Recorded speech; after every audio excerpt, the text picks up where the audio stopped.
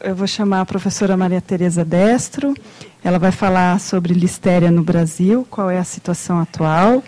A professora Maria Tereza é professora associada na Faculdade de Ciências Farmacêuticas da Universidade de São Paulo, é pesquisadora do Núcleo de Apoio à Pesquisa em Alimentos e Nutrição. Além, óbvio, de mestrado, doutorado, ela tem o doutorado... Precisa, só mais 2 linhas. Ela tem doutorado na Universidade de Nottingham, na Inglaterra, e ela é assessora de diferentes órgãos e diversos órgãos de fomento. Obrigada, professora. Obrigada, Selma. Primeiro, obrigada pelo convite.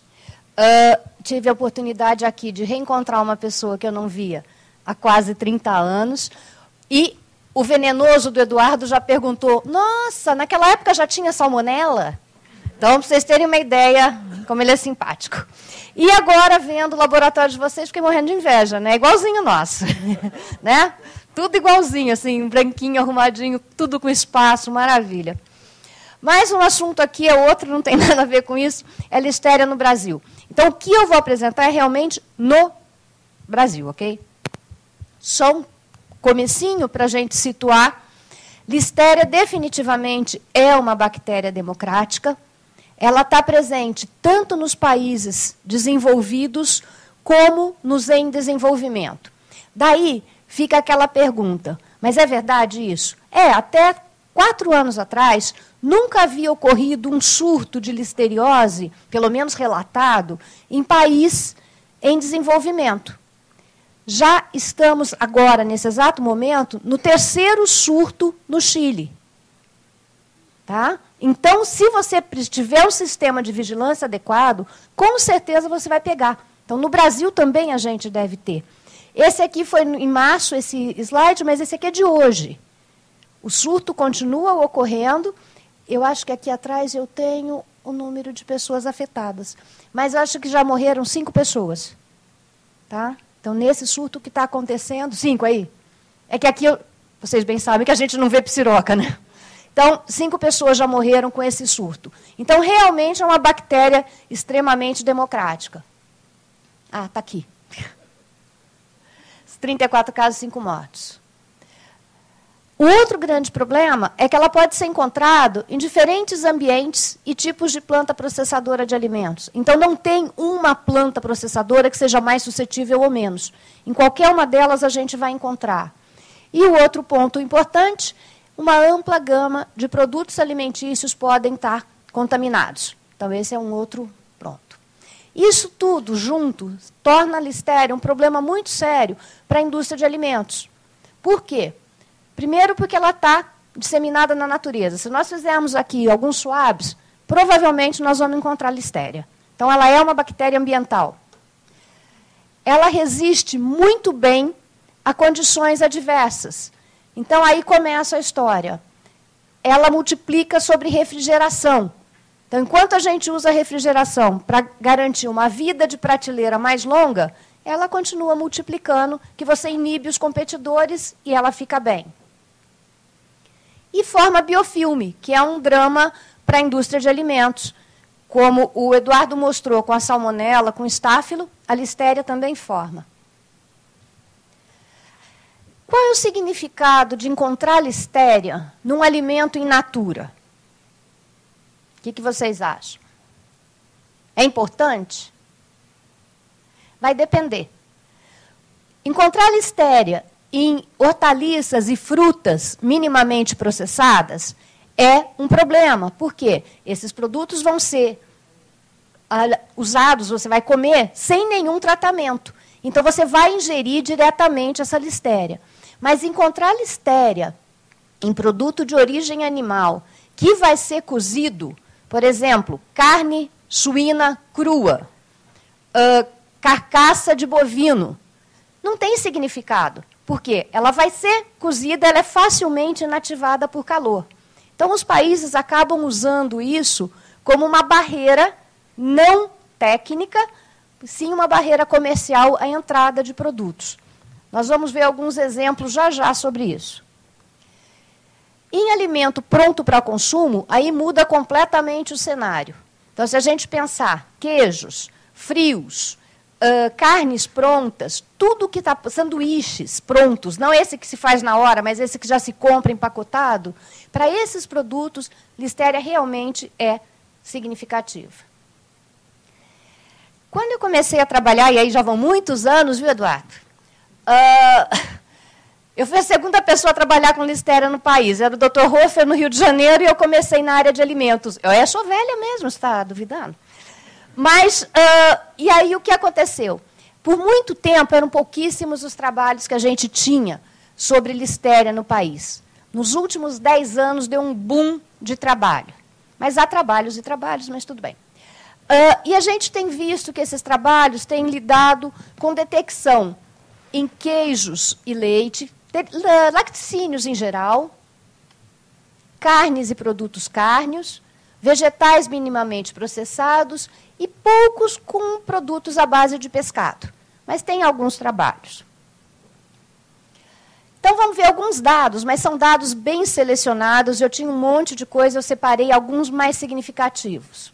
Então, aqui a gente tem para laticínios, e o que eu gostaria de mostrar é que pode variar a presença de Listeria em valores tão altos como 38% a nada, dependendo da região, mas principalmente dependendo do método que foi utilizado para essa análise. Aqui a gente tem outros exemplos ainda com laticínios, também para mostrar que existe uma variação.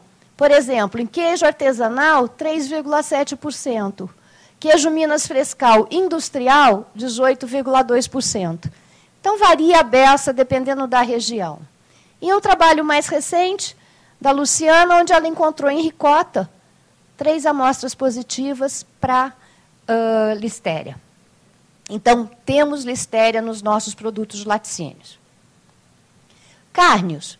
O que a gente vê aqui? O mais importante. Esse trabalho é bem interessante. Eles compraram, da mesma peça, uma peça fechada e a fatiada. Olha a diferença com relação à contaminação. Então, o problema, com certeza, é o fatiador, que vai fazer com que haja a contaminação do produto. E a gente vê aqui também, olha nessa amostra aqui, que a gente vê que 50% das amostras de presunto cozido fatiado estavam contaminados. Quando eu falo em produto cárneo fatiado, não é aquele que você chega na padaria, fatia e leva para casa. É aquele que está já fatiado, na bandejinha, e fica lá alguns dias. Então, esse aí é o problema. Esse recém-fatiado que você chega em casa e consome, o risco é bem baixo. E vegetais minimamente processados, os únicos 2 trabalhos que eu encontrei, por acaso, foram feitos no nosso laboratório, onde a gente tem uma frequência baixa de amostra positiva. Aqui o do Anderson é um pouco mais alta do que a do Hans. Tá? Então, Listeria está presente aqui no nosso país. Aí, esses isolados de Listeria, muitas vezes são mandados para o Rio de Janeiro, para o Dr. Hofer, para fazer a tipagem. E eles, de tempos em tempos, eles publicam um estudo desses resultados. Então, das espécies de Listeria que foram isoladas de alimentos, o que eles viram? Das 5.270 isolados que eles receberam, primeiro, grande percentagem de Listeria inócua, e depois, monocitógenes. Isso aí também pode ser explicado pelo tipo de caldo de enriquecimento. Alguns caldos de enriquecimento favorecem a multiplicação da inócua e interferem na multiplicação da monocitógenes. Listeriose como doença. O que a gente tem aqui no nosso país? Praticamente nada. Existem 7 ou 8 trabalhos publicados só falando sobre a doença em humanos. Boa parte deles, 3 ou 4 transplantados renais, 1 de bebês, 1 de meningite em Brasília, mas são esparsos, não se tem um estudo constante. E nenhum desses surtos se fez o relacionamento com ingestão de alimentos. Então, fica sempre a dúvida, será que não pesquisaram? Ou será que as listérias do nosso país não estão relacionadas com alimentos? Eu tendo a acreditar que não pesquisaram, não fizeram nenhum tipo de inquérito, tá? Porque nos outros países todos está relacionado a consumo de alimentos. E um outro dado que me assustou, sempre me assusta, é esse dado da Schwab. Por quê? Elas pegaram 10 lâminas de placentas de aborto ou de parto prematuro. E dessas 10 lâminas, em 5, elas encontraram Listeria monocytogenes. Mostrando que no Rio Grande do Sul, a incidência é bastante elevada. Pelo menos no período que elas fizeram o estudo. Então, eu acredito que exista, sim, mulheres tendo aborto ou parto prematuro decorrente de listeriose aqui no nosso meio. Só que a gente não tem a informação. Que listeriose acontece? Acontece. Esse aqui é um trabalho feito com cepas que chegaram no Instituto Adolfo Lutz de Campinas, no período de 95 a 2005, 10 anos, foram 12 casos, porque tem 2 que é de um mesmo paciente, e nós podemos ver que, em alguns desses casos, existe uma relação entre as cepas. Só que não dá para saber se existe uma relação entre um alimento consumido pelas pessoas ou não. Ok? Um outro estudo, também do grupo do professor Hofer, que eles fizeram com cepas de origem clínica, a gente vê que de 266 amostras, 255 confirmaram como listéria e dessas 245 como monocitógenes. E a primeira causa de isolamento dessas listérias monocitógenes foi meningite purulenta. E a segunda causa, paciente com bacteremia ou septicemia. Então, mostrando mais uma vez, nós temos a bactéria no nosso meio, baixa frequência. Vocês podem ver que em 20 e tantos anos, 266 amostras, mas existe. Nos outros países também é baixa. E dessas cepas, uma notícia boa para a gente é que elas não têm mostrado um aumento da sua resistência a antibióticos. Então, no trabalho feito pelo grupo do Hofer, eles viram que elas continuam sensíveis aos antibióticos normalmente utilizados para o tratamento. No trabalho da Lemes-Marques, nós também vimos a mesma coisa. Elas continuam sensíveis aos antibióticos utilizados para o tratamento, o que é muito bom para a gente, para a segurança.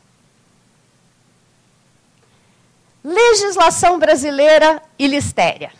Aqui que pega. Nós temos somente da parte de comércio e de outros produtos que não regulamentados pelo Ministério da Agricultura, somente a RDC 12, e que exige detecção de listéria em queijos de alta umidade ou muito alta umidade. Só. Mais nada da nossa legislação faz referência à listéria.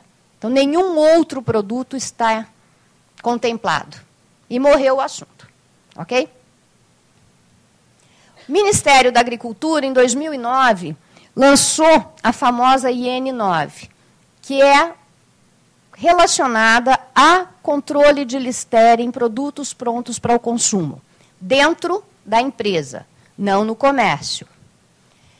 Esse foi publicado em 9 de abril, daí, em 16 de novembro, saiu a regulamentação dessa portaria, tá, dessa IN. Aqui, em novembro, é que eles foram explicar para os técnicos o que era para fazer. Ok? E, pelo que eu sei até agora, não rolou muita coisa. Eu não tenho grandes informações, mas parece que não está muito assim, não pegou. Ela tinha alguns pontos que eu acho interessante destacar.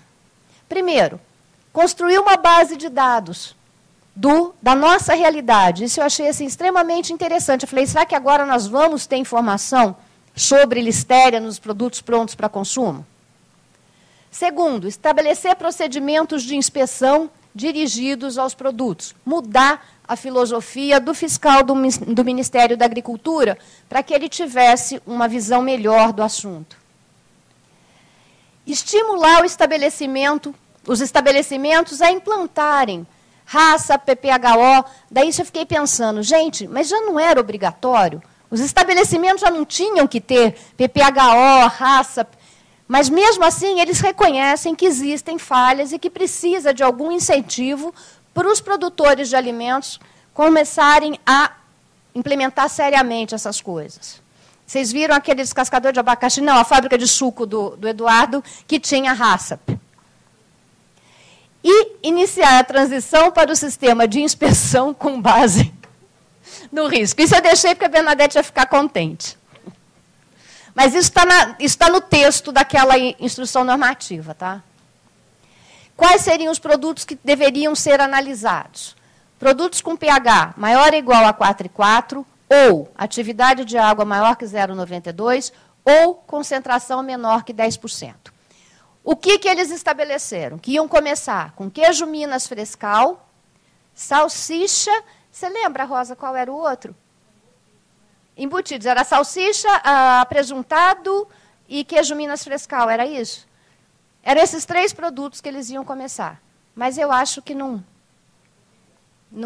pegou, não decolou o negócio, pelo menos. A indústria de queijo, logo que saiu o IN9, ficou desavorada, veio atrás, pediu ajuda. Passaram uns 3 meses, eles sossegaram, porque não tinha inspeção, não tinha fiscalização, eles acalmaram e ficaram por isso mesmo. Bom, com relação à legislação, é o que nós temos. E a população brasileira, ela sabe o que é listéria? Ela conhece alguma coisa? Não. Tem pouquíssima informação, desde médicos até a pessoa mais simples. A informação com relação à listéria é muito pequena. A mídia do nosso país também não ajuda muito, porque ela só vai falar de listéria sem dar informações concretas em 2 situações, de maneira geral. Primeiro, quando tem embargo de produto, que é um problema econômico. Então, não conseguimos exportar, ou tem que trazer de volta, daí aparece nos jornais. Então, aqui a gente tem um exemplo desse mês, ou do mês passado, que a Rússia devolveu, do ano passado essa, que a Rússia devolveu carne de frango crua, porque tinha Listeria monocytogenes. Não quer dizer nada, para mim isso é barreira não técnica. Então, o SPS que a Bernadette apresentou lá no comecinho, é botado para baixo várias vezes. Agora, pior do que isso, foi a notícia que saiu, que eu vou mostrar agora, que saiu na Gazeta Russa, que é o jornal russo publicado também em português, dizendo que os frangos estavam com listeriose. Eu fiquei imaginando os frangos doentes ou abortando, juro. Deve ter aumentado a produção de ovos, né? Mas esse é um problema da mídia, quando não usa a ferramenta que tem, que é poderosa, para passar a informação correta, para ajudar a educar. Tá? Esse aqui é novo, esse aqui é do fim do mês passado, que é a Ucrânia também suspendendo importação de carne suína brasileira, porque tem traços de listéria. Também eu queria saber o que era, o flagelo ou é a pontinha de cima? Mas tudo bem, também devolveu, e a Ucrânia parece que é um dos parceiros, aqui, 24% no mercado, quer dizer, é bastante significativo. Então, nesse caso, a mídia conta que existe. Quando tem surto em outro país, também aparece. Aquele surto grande que teve nos Estados Unidos com o melão, apareceu aqui no Globo, apareceu no Estadão, aí aparece. Aí, de vez em quando, escorrega e aparece alguma coisa aqui do Brasil. Como, por exemplo, aqui, lá em Porto Alegre, a vigilância proibiu a venda de esfirras do Habib. Por quê? Isso aqui está para baixo da mesma notícia. Bactérias patogênicas, Listeria monocytogenes, E. coli, Bacillus cereus. Tá? Depois teve salmonela? Mas o problema que eu acho é o seguinte, a gente vê a notícia e não sabe o desdobramento, a gente não tem a informação do que acontece depois. Então, como consumidores, a gente fica sempre de mãos atadas, não tem muito o que fazer. Uma outra coisa também, que eu sinto falta vendo em outros países, é falta de educação, de campanhas educativas por parte do governo. A gente precisa fazer uma bolsa bactéria. Acho que vai dar certo. Então, por exemplo, isso aqui é um material de divulgação do governo de Los Angeles, especialmente de Los Angeles County, sobre listéria para a população de risco. Isso aqui é do CDC. Canadá. Também do Canadá.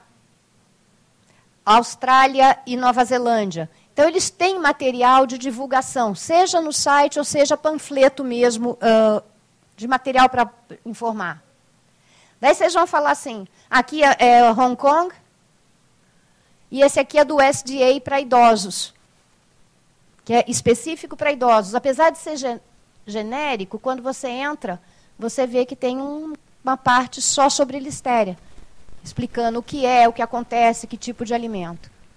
Vocês vão falar assim, mas isso aí só acontece em país desenvolvido. Não.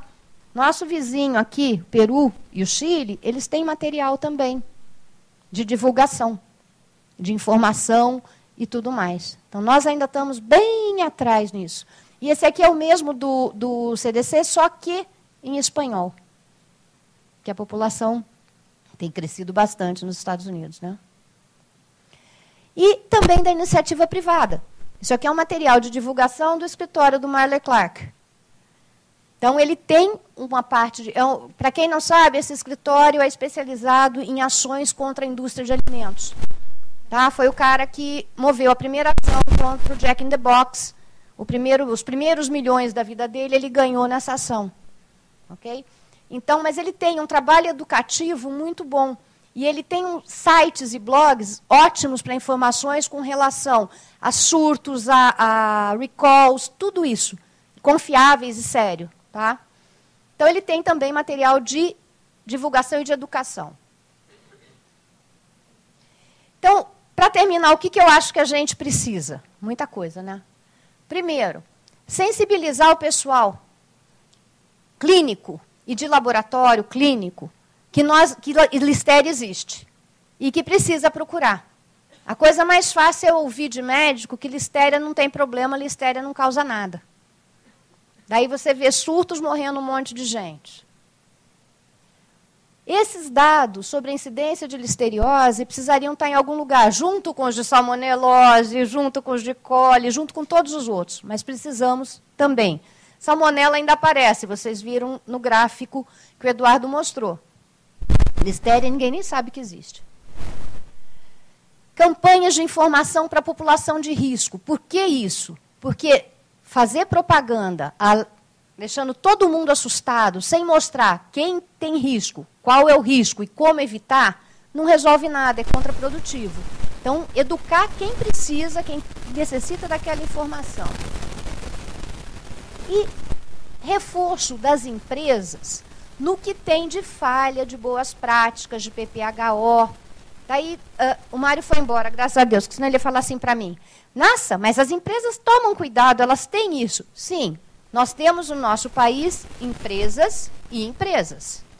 Nós temos laticínios de ponta maravilhosos, mas temos laticínios que ainda vão buscar o leitinho, ó, o paninho na mão do cara.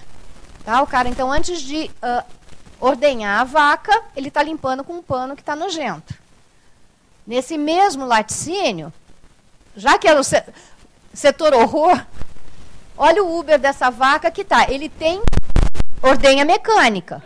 Mas olha aqui. Quer dizer, o que adiantou ter ordenha mecânica? Aqui, ó, bonitinha. As teteiras estão aí.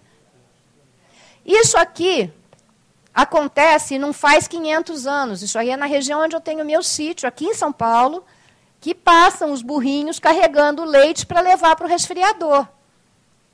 Então, nós estamos falando aqui do estado de São Paulo, nós não estamos falando de Piriri lá do interior do sei lá onde. Aqui. Tem um gato aqui, olha que lindo. Na entrada do laticínio. Bebendo leitinho ali, feliz da vida. Então, é um problema. Nós temos ainda esse tipo de coisa. Exato. Isso era desculpa na indústria que eu fiz meu doutorado, que era de camarão, e era cheia de gato, e a desculpa era essa. Pelo menos a gente não tem que pôr raticida. Olha, esse aqui é um laticínio também. Olha o estado que está essa tubulação, vazando, caindo. Quer dizer, É um laticínio, isso aqui é o tanque de fazer queijo.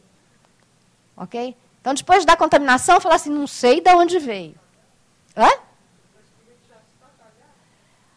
Aqui não, ele está descendo, aqui está sujo mesmo, ó. Parece que está sujo. Olha aqui. Não, gente, tem cada foto desse laticínio que é uma coisa assustadora. Essas fotos são do Luciano Berchot, que foi um aluno meu e que trabalha com inspeção, quer dizer, é professor de inspeção, né? Por isso. Além de tudo isso, se não bastasse, nós temos, mais uma vez, no Rio Grande do Sul, o problema do leite, né? Eu não tenho culpa que está sendo lá, Eduardo, nada pessoal. Mas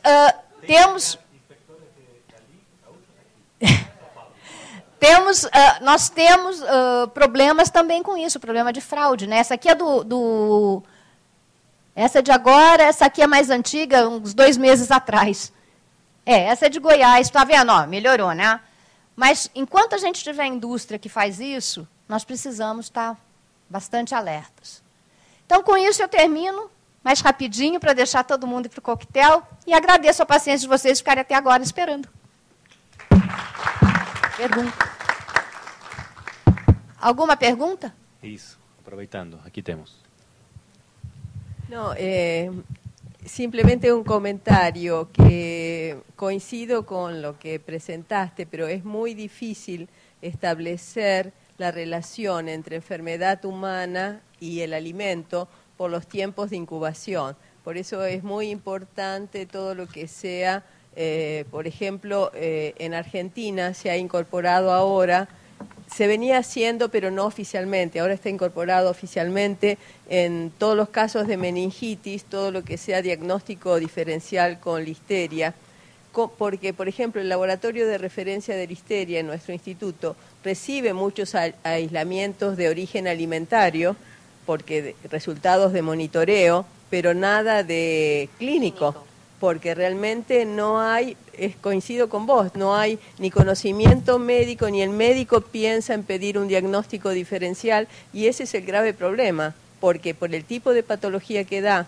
que tiene un periodo de incubación entre el consumo del alimento y la aparición de la manifestación clínica, hace prácticamente imposible, salvo estos grandes brotes, encontrar el alimento. Entonces creo que el trabajo empieza por concientizar, cosa difícil, la parte médica, de decir, llevarle el conocimiento y en qué casos pedir todo lo que sea diagnóstico diferencial para listeria, y después mantener todo lo que sea monitoreo, fiscalización en la indústria alimenticia para bajar el riesgo. Concordo plenamente. O problema é isso, sensibilizar aos médicos. Tem algum médico aqui? Então eu posso falar o que a Bernadette disse? Que Deus, quando fez o mundo, consultou os médicos para saber se podia fazer a espécie humana. Então, por isso, eles não aceitam, né, que você chegue e diga o que precisa. Diga, Eduardo. Eu tenho uma pergunta. Só se for médico. Não, a pergunta é de outra área. Bom, tu acha que a Listeria monocytogenes seria um perigo para as hortaliças desinfetadas? Esses trabalhos aqui foram feitos com hortaliças compradas no mercado em saquinho, aquelas bonitinhas, parecem um travesseirinho. Não, mas não minimamente processado. Eu digo assim, que a gente compra, digamos, no supermercado, leva para casa, desinfeta. Olha, para a listéria eu não tenho visto grandes coisas, mas para a coli, por exemplo, está provado que não adianta, só aquela lavada em casa não é suficiente, porque ela pode estar dentro da folha, dentro do estômago. Então, eu acho que listéria também aconteceria. Então, não é o fato de lavar. Quer dizer, a gente lava. Pois é. Eu, mais ou menos. Não, mas então, desinfetar, né? Estão falando ainda... Você está falando de botar hipoclorito, por exemplo. ppm de cloro, 15 minutos. Então, mas eu não sei. O trabalho do Laércio, que foi com alface e com coli, mostrou que não resolve, reduz um log. Pois é. Mas aí é muito pouco, tudo vai depender da população inicial. Quer dizer, tem muita variável aí. Variedade do vegetal. Aí que vem minha pergunta, né? Porque quanto que a gente tem no folhoso, né? Na hortaliça? Bom, não sei, tem que quantificar para ver se esse 1 a 2 logs seria suficiente para tirar. Claro, com um micro-organismo com dose infectiva muito baixa, como Listeria ou coli, é um problema, mas realmente eu não tenho ideia quanto ao risco mesmo. O trabalho do Anderson, ele quantificou. Tem lá a população, mas é baixa. Quando ele conseguiu enumerar, acho que chegou de 43 a 0,03 por grama. Então... É muito baixa. Eu, particularmente, não considero que seja um problema para mim. Exato. Mas se eu sou uma pessoa transplantada, ou se eu sou uma mulher grávida e que não sei o risco, sim, aí é um problema. Por isso, a importância das campanhas, para que a pessoa saiba o que ela pode comer e o que ela não pode comer. Legal. A Bia tem uma... Maria Tereza, uma pergunta relacionada à virulência, né? Ou sorotipos, por exemplo.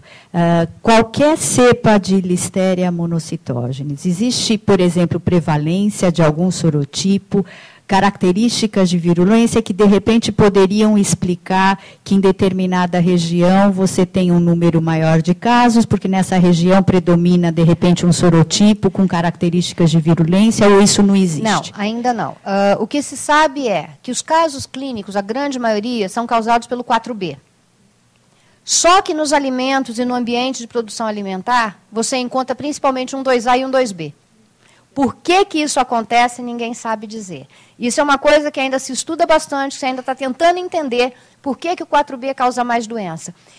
De fator de virulência, parece que não tem diferença. Existem umas linhagens, que eles chamam de linhagem 1, 2, 3, 4, que a 1 e a 2 seriam mais virulentas. Então, o Martin está tentando convencer que, se detectar linhagem 1 ou 2, essas são problemáticas. Linhagem 3 ou 4 não seriam. Mas elas são todas iguaizinhas, com os mesmos sorotipos. Você tem sorotipos Listeria inócua, que teoricamente não causa infecção. Tem sorotipo que ela divide com monocitógenes.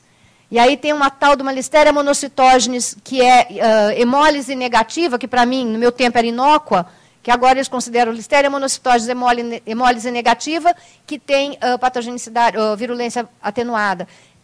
Ainda é toda confusa. Ela ainda não tem nada definitivo. Tá?